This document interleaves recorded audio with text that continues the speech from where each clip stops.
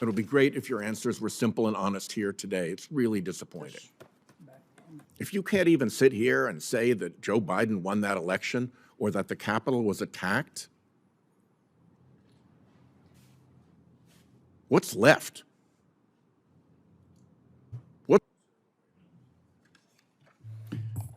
Just to finish Senator Blumenthal's point, I hope you realize how ridiculous the four of you look.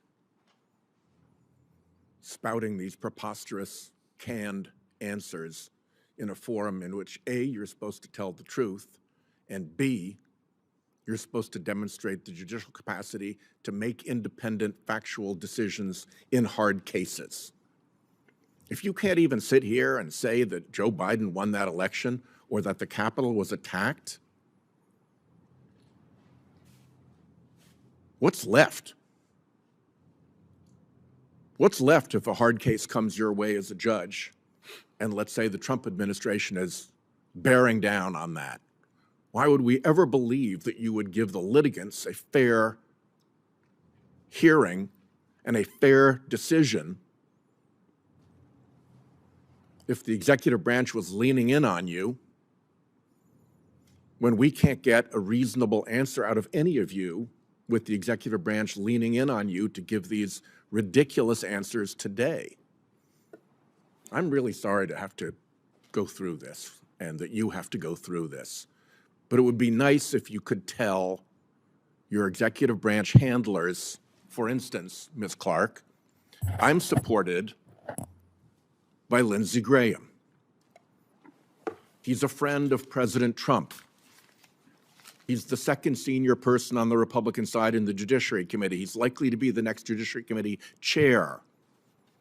I think I'll be okay. I don't need to make myself ridiculous at your direction. It'd be great if you could have said that. It'll be great if your answers were simple and honest here today. It's really disappointing. Let me ask a different question, a legal question. A judge, you want to be judges. A judge gets a threat to the judge's life or to the judge's family. Can you imagine a scenario in which liability may attach to individuals beyond the utterer of that threat? Ms. Clark? Senator,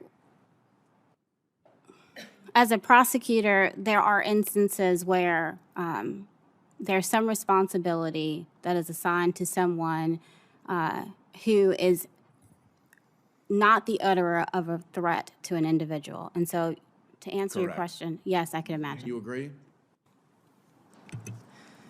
Yes, Senator, and if confirmed to the bench, I would follow all Supreme Court precedent and Ninth Circuit precedent. Mr. Rick, you agree? Yes, Senator, I would agree with that. I don't know that I care what you think, Ms. Westerkamp, because you're going to international trade and you're probably not going to see much of this, but do you agree? Yes, Senator. Yeah, and those doctrines that would provide the legal basis for investigation in those scenarios would include doctrines like, name one, Ms. Clark. Senator, doctrines that are, if someone is essentially carrying out solicitation, would that be one? Solicitation of a Yes. threat? Yes. Or a conspiracy out of which the threat emerged, would that be another one? Yes. Yes. How about, and it's the product of an enterprise under the racketeering statutes, would that also be another way that liability could extend beyond the utterer? That is correct, Senator. Can you think of any others, Ms. Lane, where liability extends beyond the utterer of the threat? What are some of the legal theories that would support that kind of investigation and prosecution? Senator, the doctrines you mentioned, I would agree with, and I would just look always to the federal law and federal statutes guiding that. Mr. Rickey? Senator, I would agree with that. I think you covered the major ones, conspiracy, RICO. There may be other avenues of potential legal liability, but I think you covered the three big ones in that scenario. Ms. Westerkamp, you agree? Senator, I'm not aware if there are any more with my practice before the Court of International Trade and Court of Federal Claims that doesn't touch on criminal law. So here's why I asked you these questions. I asked you these questions because right now federal judges are under the worst shadow of physical threat in my lifetime and perhaps in the history of this country. And in responding to those threats, we have the United States Marshal Service, which reports to the Department of Justice. And I have now over a dozen times asked the Marshal Service, will you investigate behind the utterer of a threat if the evidence justifies it? That's a super easy question. The answer is, yeah, of course we will. They won't answer that. They won't answer that. And I point this out because judges across the country need to pay attention to the fact that the Marshal Service won't confirm that it will investigate behind the utterer of a threat if the evidence supports that.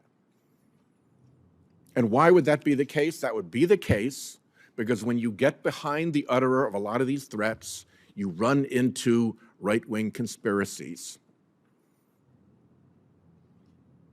And this MAGA Department of Justice would rather not go there. And so they leave judges exposed with investigations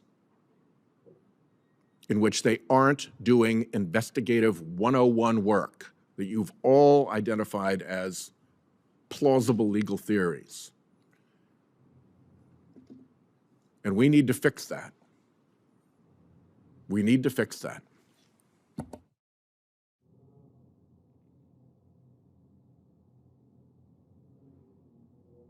Today's Senate hearing took a dramatic turn when Senator Sheldon Whitehouse sharply criticized judicial nominees for refusing to give direct answers about the 2020 election and January 6. What started as a confirmation hearing quickly became a heated debate over judicial independence, truth, and accountability. Senator Whitehouse opened with a blistering critique, arguing that the nominees' repeated answers appeared scripted and avoided basic factual questions. According to Whitehouse, judges must demonstrate the ability to make independent decisions, especially when facing political pressure. He questioned how litigants could trust future rulings if nominees were unwilling to provide straightforward answers during their confirmation hearing. The exchange immediately set a tense tone for the rest of the proceedings.